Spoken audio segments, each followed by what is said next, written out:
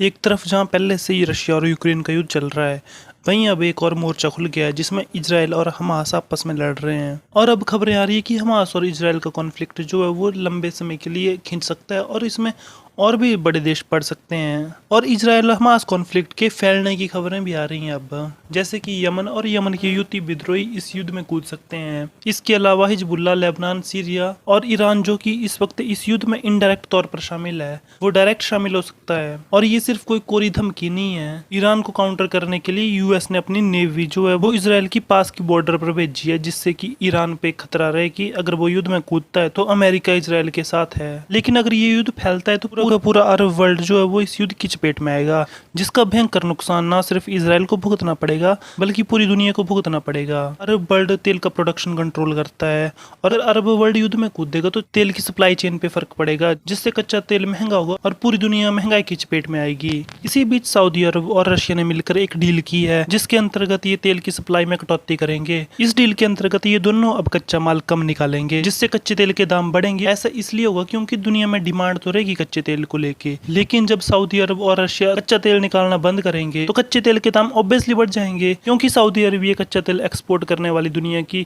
Number 1 country है और Russia number 3 company है। अगर ये दोनों बड़े जायंट जो है तेल के, वो एक्सपोर्ट करना बंद कर देते हैं तो तेल की डिमांड तो रहेगी, लेकिन जब सप्लाई कम होगी तो ये कच्चा तेल महंगा हो जाएगा। और इस डील का असर शो गया है। दरअसल इस डील के सामने आने के बाद दुनिया में जो ऑयल के प्राइस थे उसमें 1.5% की बढ़ोतरी नजर आई है। अब यहाँ सवाल उठता है कि जब दुनिया को दिक्कत होगी तो रशिया और सऊदी अरब ये फैसला ले क्यों रहे हैं? तो ये दोनों देश जो हैं वो हमास को सपोर्ट कर रहे हैं इसराइल हमास युद्ध में, लेकिन इसराइल हमास को खत्म करने पे अड़ा हुआ है, जिसका सपोर्ट लगभग सारी दुनिया कर रही है इस वक्त, क्योंकि हमास ने इसराइल पर टेररिस्ट अटैक किया था।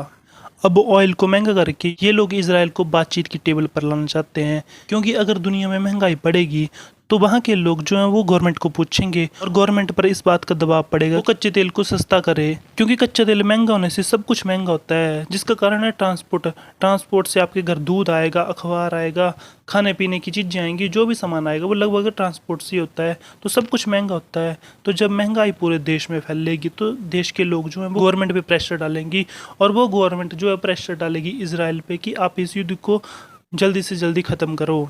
तो शायद इसलिए ये दोनों देश हमास को सपोर्ट करने के लिए ऐसा कर रहे हैं। बाकी तो आने वाला समय बताएगा।